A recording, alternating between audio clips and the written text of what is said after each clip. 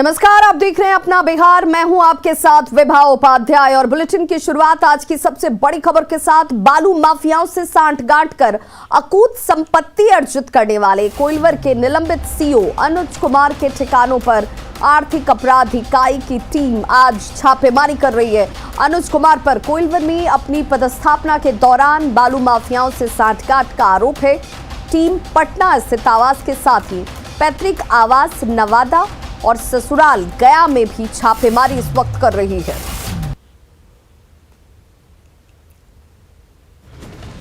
तो आर्थिक अपराध इकाई ने मामला दर्ज कराया था, जिसके बाद इस वक्त ईओडब्ल्यू की तरफ से बड़ी कार्रवाई की जाती हुई। आय से अधिक संपत्ति के मामले में यह बड़ी कार्रवाई और अनुज कुमार की मुश्किलें लगातार बढ़ती हुई। के खिलाफ आर्थिक अपराध इकाई की मुहिम लगातार जारी है। फिर से एक नया नाम अनुज कुमार, निलंबित सीओ कोइलवर, उनके ठिकानों पर आज छापेमारी चल रही है। आर्थिक अपराध इकाई की टीम उनके 3 ठिकानों पर छापेमारी कर रही है। उनके पैतृक आवास के अलावा उनके पटना स्थित इस आवास पर जिसे वामिका इंक्लेव के नाम से जाना जाता है, ब्लॉक सी में उनका फ्लैट है, फ्लैट नंबर 303। वहां पर आर्थिक अपराध इकाई की टीम डीएसपी के नेतृत्व में छापेमारी कर रही है। और तस्वीरों में देख रहे हैं आप, बिहार एसटीएफ के जवान भी यहां मौजूद हैं जो छापेमारी की कार्रवाई के दौरान असिस्ट कर रहे हैं। अनुज कुमार पर आरोप है कि कोइलवर में सीओ के पद पर तैनात रहते हुए इन्होंने बालू माफियाओं से सांठगांठ किया था और सरकार को राजस्व की भारी क्षति पहुंचाई थी, क्योंकि इनके टेनियर में काफी मात्रा में बालू का अवैध उत्खनन हुआ था। इनके खिलाफ जांच चली थी और प्राइमा फेसी जांच में इन पर आरोप सही पाए गए थे। इसके बाद इनके खिलाफ जांच चली और जांच के बाद ईओयू की टीम ने इनके खिलाफ एफआईआर लॉन्च किया और न्यायालय से सर्च वारंट मिलने के बाद आज छापेमारी चल रही है। आर्थिक अपराध इकाई के एडीजी नैयर हसनैन खान के निर्देश पर यह कार्रवाई चल रही है और प्राइमा फेसी इनके खिलाफ आय से अधिक संपत्ति मिलने की पुष्टि भी हो चुकी है। अब देखना होगा आज जो कार्रवाई चल रही है या जब खत्म होती है तो आखिरकार अनुज कुमार के खिलाफ आय से अधिक संपत्ति मामले में कितनी संपत्ति प्राप्त होती है। बहरहाल इनकी मुश्किलें अब लगातार बढ़ती जा रही है, क्योंकि इन्हें पहले ही निलंबित किया जा चुका है और अब इनके खिलाफ आर्थिक अपराध इकाई की टीम आज छापेमारी कर रही है। कई ऐसे अफसर अब भी रडार पर हैं आर्थिक अपराध इकाई की टीम के, जो अब तक अकूत संपत्ति अर्जित कर सरकार को करोड़ों का चूना लगा चुके हैं। अनुज कुमार के बाद भी कई अफसरों का नाम जो है वो आर्थिक अपराध इकाई ने लिस्ट बना ली है और आने वाले दिनों में एक बार फिर से आर्थिक अपराध इकाई की टीम ऐसे अफसरों के खिलाफ एक्शन लेगी। कैमरा पर्सन मनीष जुनेजा के साथ संजय कुमार, न्यूज़ 18 पटना।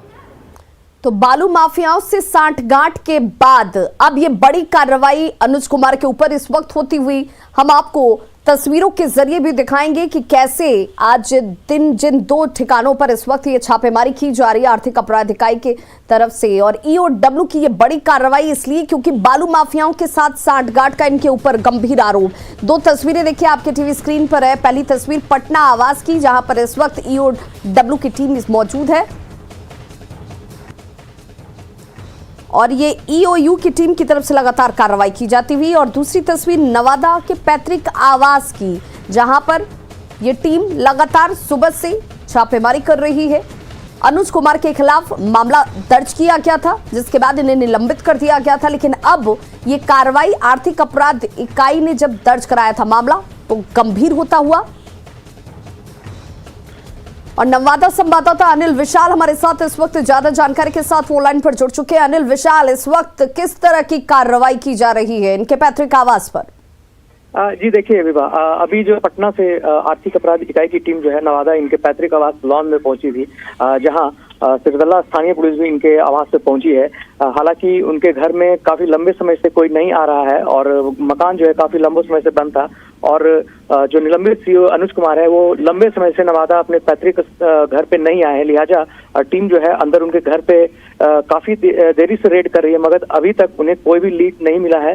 हालांकि अधिकारी जो मौके पर मौजूद है वो कुछ भी बताने से परहेज कर रहे हैं, मगर जो बालू माफियाओं के सांठगांठ जो उनके ऊपर जो आरोप लगे थे जुलाई को उनके ऊपर आरोप लगे थे और 27 जुलाई को वो निलंबित भी हुए थे। तो तब से लेकर आज तक उनके द्वारा जो अकूत संपत्ति जो बनाई गई है उसी को लेकर जो है सो छापेमारी कर रही है। मगर फिलहाल नवादा में अभी उनके खिलाफ कुछ कोई ऐसे सबूत या कुछ जो आर्थिक अपराध इकाई को जो मिलने थे वो अभी फिलहाल लीड्स नहीं मिले हैं। अभी तक फिलहाल जितने भी अधिकारी पटना से आए हैं वो अभी कुछ भी मीडिया को बताने से परहेज कर रहे हैं। चलिए, बहुत बहुत शुक्रिया अनिल विशाल इस तमाम जानकारी के लिए।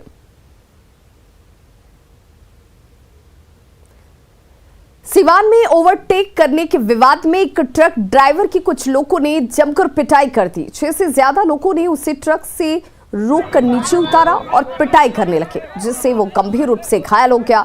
ड्राइवर को गंभीर हालत में सिवान सदर अस्पताल में भर्ती कराया गया है, जहां उसका इलाज इस वक्त चल रहा है। पीड़ित ट्रक ड्राइवर जामो थाना क्षेत्र के जियादी टोला का रहने वाला मोहन यादव है।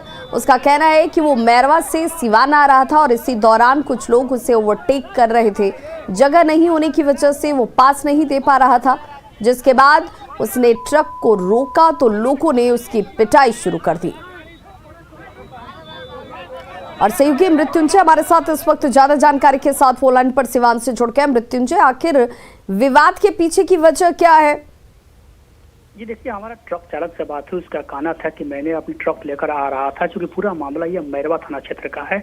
तो उसने ट्रक चालक ने बताया कि ट्रक लेकर हमने जैसे ही आगे बढ़ा तो कुछ लोग हमसे साइड मांगने लगातार मांग रहे थे, और चूंकि ट्रैफिक था, जगह नहीं थी, तो मैं साइड नहीं दे पाया। जैसे ही कुछ देर चलिए, बहुत बहुत शुक्रिया मृत्युंजय तमाम जानकारी के लिए। बड़ी खबर पटना से, जहां जन्मदिन की पार्टी में नशे में धुत युवकों ने फायरिंग शुरू कर दी। गोली लगने से एक युवक की मौत हो गई। पिस्टल से गोली चलने और एक युवक की मौत के बाद पार्टी मना रहे लोग फरार हो गए। तस्वीरें हम आपको दिखाने जा रहे हैं और इन तस्वीरों को देखकर आपको अंदाजा लग जाएगा कि कैसे यहां पर फायरिंग की जाती है। इस दौरान एक युवक की मौत हो गई। तस्वीरों में आप देख सकते हैं कि कुछ युवक नशे में धुत हैं। बर्थडे पार्टी में नर्तकी को बुलाया गया, उसके हाथ में पिस्टल भी है। नर्तकी पिस्टल चलाने की कोशिश करती है और इसी बीच एक युवक उससे पिस्टल ले लेता है। इसी दौरान पिस्टल से गोली चली और एक युवक को जाकर लग गई। ये वारदात पटना के रामकृष्ण नगर की है। एक घर में ये पार्टी चल रही थी और घटना के बाद सभी लोग फरार बताए जा रहे हैं। पुलिस मामले की जांच कर रही है और सवाल ये कि लोग जश्न में मौत का खेल आखिर क्यों खेलते हैं। तो 2 तस्वीरें आपके टीवी स्क्रीन पर हैं। पहली तस्वीर देखिए, यहाँ बर्थडे पार्टी का आयोजन किया गया था। बर्थडे पार्टी के आयोजन में यहाँ पर नर्तकियों को बुलाया जाता है, लेकिन इसी दौरान ये नर्तकी जो है हाथ में पिस्टल लिए हुए भी आपको नजर आ जाएगी। और जैसे ही एक युवक आगे बढ़ता है इस नर्तकी के हाथ से पिस्टल लेने के लिए, इसी दौरान फायरिंग होती है और जाकर एक युवक को लग गई।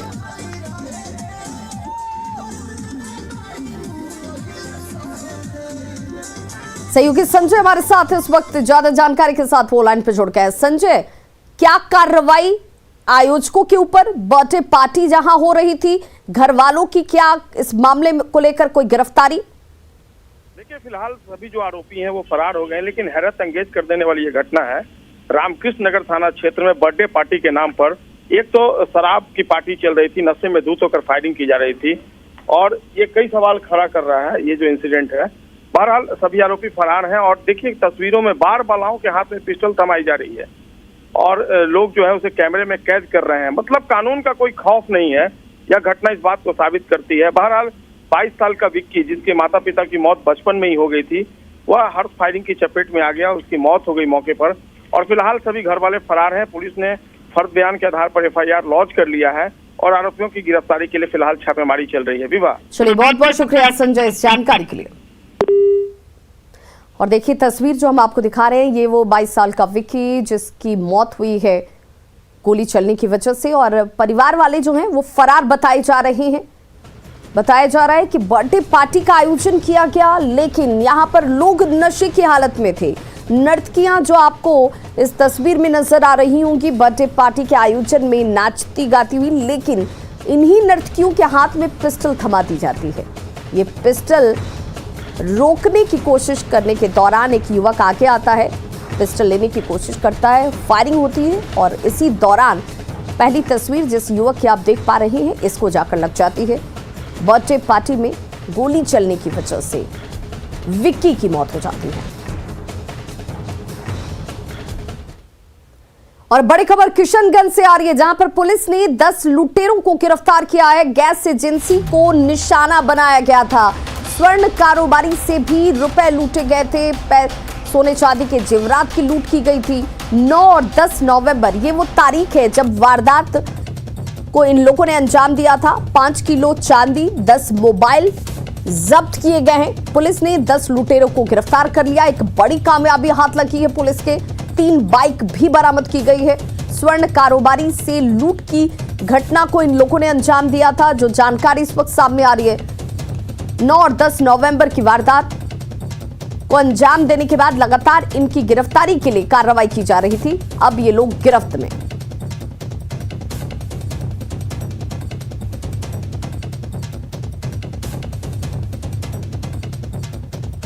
तो तस्वीरें आप देख पा रहे हैं, ये वो तमाम लूटे हुए गहने और जेवरात हैं जिनको स्वर्ण व्यवसायी से लूटा गया था। स्वर्ण कारोबारी से लूट की घटना को अंजाम देकर ये लोग फरार हो गए थे। 9 तारीख की संध्या को किशनगंज में 2 जगहों पर लूट की वारदात की सूचना आई थी, जिस पर एसआईटी बना करके लगातार काम करते हुए एसडीपीओ किशनगंज और उनकी टीम के नेतृत्व में ये उद्भेदन कर लिया गया है, जिसमें कि जितना लूट किया गया था उससे 2.5 गुना ज़्यादा सामान हम लोगों ने बरामद किया है। 2 किलो चांदी की रिपोर्टिंग हुई थी, जिसमें 5.25 किलो जो है चांदी बरामद हुआ है। इसके साथ ही एक देसी कट्टा, एक जिंदा कारतूस, 34,328 रुपये, 3 मोटरसाइकिल, 9 मोबाइल भी बरामद हुए। और इन दोनों लूट में जो है एक ही ग्रुप का काम था, जिसमें करीब 10 आदमी थे जिनकी गिरफ्तारी हो गई है। इसका मेन मास्टरमाइंड टेढ़ागाछ में एक मुखिया प्रत्याशी साहब मसूद आलम है। और यहां रुक रहे एक छोटे से अंतराल के लिए, फौरन होंगे वापस, बने रहिए हमारे साथ।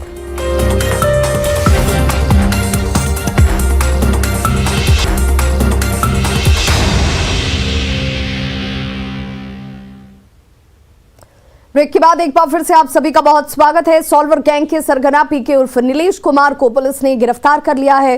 पुलिस से पीके के बहनोई रितेश को भी पुलिस ने गिरफ्तार किया है। बताया जा रहा है कि वाराणसी के सारनाथ के पास से आरोपियों को गिरफ्तार किया गया।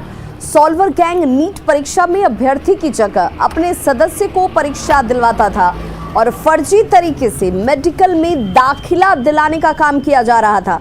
गिरफ्तारी से कुछ घंटे पहले ही पुलिस कमिश्नर ने उस पर इनाम को बढ़ाकर 1 लाख कर दिया था।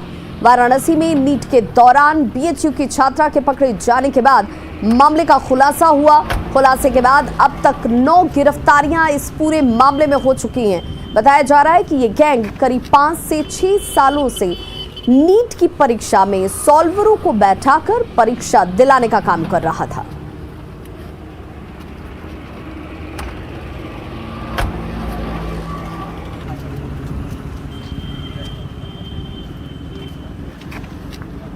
बिहार में सॉल्वर गैंग का सबसे बड़ा नाम पीके उर्फ प्रेम कुमार उर्फ नीलेश कुमार आखिरकार पुलिस के हत्थे चढ़ गया है। उत्तर प्रदेश की पुलिस ने पीके को छपरा से गिरफ्तार कर लिया है। पीके की तलाश पिछले कई महीनों से यूपी पुलिस को थी।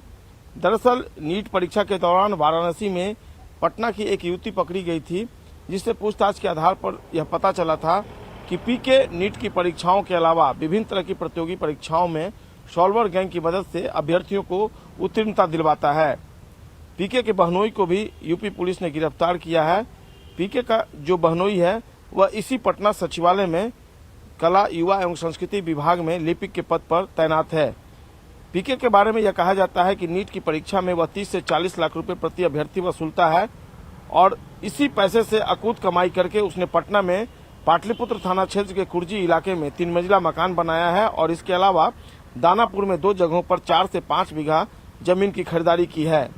इसके पास 3 लग्जरियस गाड़ियां भी हैं, जिसमें एक फॉर्च्यूनर है, जबकि दूसरा हुंडई और तीसरा वैगन आर गाड़ी शामिल है। पीके का जो बहनोई है रितेश कुमार सिंह, उसके बारे में बताया जाता है कि वह पीके को कई तरह से मदद करता था और उसकी वाइफ यानी पीके की बहन जो है वह पेशे से डॉक्टर है। कई अहम जानकारी फिलहाल यूपी पुलिस को मिली है और यूपी पुलिस ने उसकी गिरफ्तारी के ठीक पहले उस पर 1 लाख रुपए का इनाम घोषित किया था। अब ऐसे में पीके की गिरफ्तारी से कई मामलों का रहस्योद्घाटन होगा, कई मामलों का उद्भेदन होगा। चूंकि न केवल उत्तर प्रदेश बल्कि बिहार, पंजाब और जो दूसरे राज्य हैं वहां भी अभ्यर्थियों को कई तरह की प्रतियोगी परीक्षाओं में सफलता दिलाने का ठेका पीके लेता था और उसकी गिरफ्तारी से कई राज्यों की पुलिस जो है उन्होंने राहत की सांस ली है। कैमरा पर्सन मनीष जुनेजा के साथ संजय कुमार, न्यूज़ 18 पटना। तो सॉल्वर गैंग के शिकंजे में अब तक कौन कौन लोग गिरफ्त में आए हैं, किन किन की गिरफ्तारी हुई है? सॉल्वर गैंग के अब तक 9 लोगों को गिरफ्तार किया जा चुका है। अब तक जितने लोगों की गिरफ्तारी इस पूरे प्रकरण में हुई है, 9 लोगों को अब तक गिरफ्तार किया गया है। पीके उर्फ नीलेश कुमार उर्फ प्रेम कुमार, ये इस नाम से लोगों के बीच रह रहा था। रितेश कुमार उर्फ सोनू, ये वो शख्स जिनकी गिरफ्तारी हुई है। विकास कुमार महतो, राजू कुमार, ये वो 5वां शख्स। 9 लोगों की कुल गिरफ्तारी इस पूरे मामले में। डॉक्टर ओसामा शाहिद, ये वो 6ठा शख्स जिसे गिरफ्तार किया गया था। अभय कुमार मेहता, जूली कुमारी, जूली की मां बबीता, इनकी भी गिरफ्तारी की गई थी। एक अन्य अभ्यर्थी तमाल साहा के पिता तपन साहा को भी गिरफ्तार किया गया। तो खबरों का सिलसिला लगातार जारी है। आप देखते रहिए न्यूज़ 18 बिहार झारखंड।